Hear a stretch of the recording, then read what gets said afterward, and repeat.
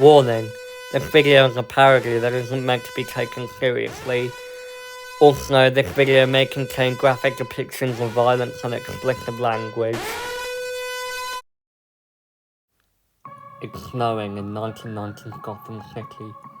On a dark, snowy Christmas night, Bruce Wayne was in his bedroom, hearing his rich parents arguing. It was always like this. Bruce came from a wealthy home, but was very unhappy due to the constant fights his parents got into. Bruce's father would often get drunk and would eventually get thrown out of every bar in Gotham, and would come home from his job at the harbour, drunk and disorderly. One night, he and his wife got into a huge fight, and things escalated to physical violence, while poor Bruce was forced to hear it all up in his bedroom. He wouldn't get a toy or a present on Christmas Day. What coins he did find were usually washed up in the gutter or found on the street. Bruce didn't have any friends. He had a brother, but they didn't get along well. His brother Pat was a rogue and a troublemaker. He was at his new job at a shady business with a mob gang. So Bruce climbed into bed and fell asleep, not expecting to look forward to the next day. A man with red hair and a pale face with feathery shoulders took pity on the young boy. "Never fear, the toy maker is here," he muttered. He was a guardian angel who watched over children and made them better. So he handcrafted a little wooden box and put a spell on it before teleporting it into Bruce's bedroom and placing it onto the Wayne Jr.'s bed before teleporting away. The next day, Bruce woke up and saw a mysterious box at the foot of his bed. He got up and examined it. He picked up the box and saw that there was a little crank on it. Bruce wound the crank and the song "Pop Goes the Weasel" played.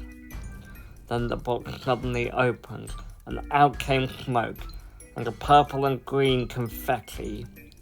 Bruce dropped the box in surprise and then he looked up. Bruce couldn't believe what he saw. There was a man with a white face, red lips, green hair, and dressed all in purple, apart from his orange long-sleeve shirt and green tie. The man beamed and introduced himself grandly. "Come on, whatever big or small, to see the best clown of them all, the Joker!" Bruce looked up. "Who are you?" he asked. The clown man looked down at Bruce and said, "I'm the Joker, your new friend for life." "You're my friend?" Bruce asked. Joker raised an eyebrow. "Friends? We're best friends! I was especially created to be your not-so imaginary friend, Bruce." "You know my name?" Bruce questioned. "Of course I know your name. I know everything about you. I never get tired of playing. I'm a wizard of the accordion, and I adapt and develop into your own personality. So whatever you like, I like. So now that introductions are out of the way, what game would you like to play? I Spy, hide and seek, you name it." "Well, Oh." Bruce suddenly frowned. "I can't really play right now. Mother wants me to do some chores around the house." Joker placed a hand under Bruce's chin and lifted it up. "Don't worry, kiddo. I'll be waiting for you as soon as you get back." Bruce looked up and smiled. "By the way, Bruce, you should keep that smile of yours. It suits you," Joker told the boy.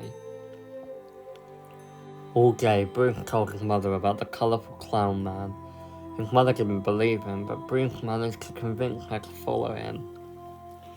But when they got to the bedroom, there was no colourful clown man nor a magical wooden box. "But Mom, he was right here," Bruce protested. His mother made a sour face and scolded Bruce.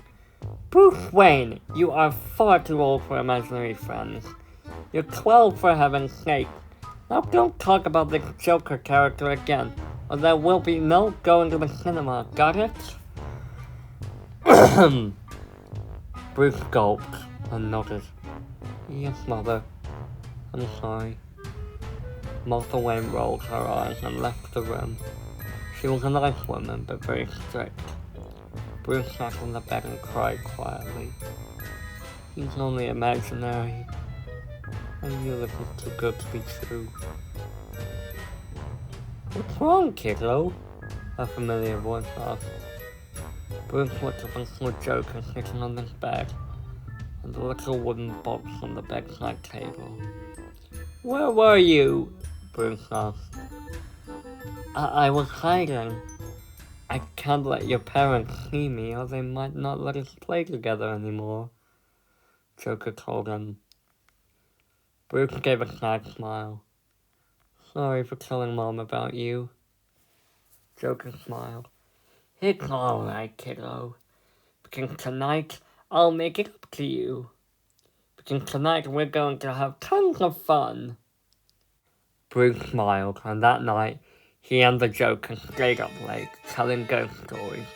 Bruce asked Joker if he was a ghost, but Joker explained that he was more of a cosmic entity. After dinner, Bruce was still hungry, so Joker gave him one of his candies. It was a rarity for Bruce to try such a sweet treat, so his body tingled when he felt the sweetness in his mouth. Everything seemed to be going well for Bruce, until the incident that occurred later. It all started when Bruce and the Joker were playing in his back garden. They were playing pirates. Yo-ho! Let's all sail the 7 seas, Bruce shouted in his best pirate accent. And he saw the neighbor's cat. Ah, we've got an enemy at the starboard bow, he shouted. Yo-ho! I'll catch him, Captain Bruce, Joker shouted in his best pirate accent. He bounced over and extended his arms, wrapping them around the poor cat. He started squeezing the cat, and Bruce's eyes widened in horror when he heard a snap come from the cat. Joker, what did you do? He cried out. Now the cat's dead. Oh dear, what are my parents and the neighbors going to say? He panicked. Well, Joker started, we can always... But he was cut off when Bruce's mother called, Bruce, what's going on? Joker suddenly disappeared, and Bruce was left all alone with the cat corpse. Bruce's mother saw the corpse and screamed, What have you done? Martha Wayne screamed, It wasn't me, it was Joker, Bruce protested, but Martha didn't want to hear it. Bruce, I love you, but I can't do this anymore. You're going off to boarding school, so after a few shouts and screams, Bruce ran up to his room crying. Joker was sat on Bruce's bed. Well, what happened? He asked. I'm being taken to boarding school. I'm going tonight, Bruce said, his voice cracking with sadness. And I'm afraid you can't come with me, he said. Joker's eyes widened. Why not? And where will I go? Bruce didn't say anything. He just looked up at the wooden box and pointed at it. In there? But I won't be able to come back out until... Joker was cut off. Joker, I'll come back for you as soon as I get back, Bruce said. Joker sighed. And I'll be waiting right here for you, kiddo. And with that, Joker stood up and went back into his wooden box. And Bruce was driven off to boarding school that night. Joker sat there in his box, unable to get out without anyone letting him out. Joker felt what it was like to be alone for the first time. Over time, the Joker started to get more and more depressed. His hair grew longer, but he didn't age. 13 years had passed and still no Bruce. Over time, Joker could hear Bruce's parents arguing, until one day the shouting stopped. Joker could see Mr. Wayne beating his wife. "What game is this?" he asked himself as the woman was getting beaten. But this time she didn't get back up. Thomas Wayne was sent to be hanged at the gallows, and Bruce and his brother Pat now owned Wayne Manor. The first to come home was Pat. Bruce was still at college at the time. Pat came into the house. He was drunk and brought a girl with him. Joker looked at the two and thought that it was Bruce. Bruce and Pat were twins. "What's this? A new friend? Why did Bruce need new friends? I thought I was Bruce's only friend," Joker said to himself. He watched as the man Joker thought was Bruce and the girl talked. He hissed him jealously. The girl was pretty, with pretty blonde hair, green eyes, and was wearing a blue dress. Joker watched as Pat smiled and placed his hand on the girl's knee. He slid it up her dress. The girl slapped his hand away, but Pat was persistent. The girl kept pushing Pat's hand away and slapped his face hard. Pat's face contorted into rage and he shouted, "Stupid bitch!" He then grabbed her by the hair and slammed her onto the table they were sitting at in Bruce's room. Pat, being drunk, had thought he had stumbled into his own room. Joker watched as the girl was murdered in a gruesome way. He was fascinated by what Pat was doing. "What a marvelously fascinating game," Joker thought to himself. Every night, Joker would watch as Pat brought in a new guest and would massacre them in brutal ways. And he would find himself laughing hysterically at what he thought was a fun game. One night, it wasn't Pat that came home. This time, he was at the bar. This time, it was Bruce that came home. "Hello?" he called out. Bruce entered his room and found a little wooden box. He smiled to himself and picked up the wooden box. He smiled and said, "Hello again, old friend," before turning the crank.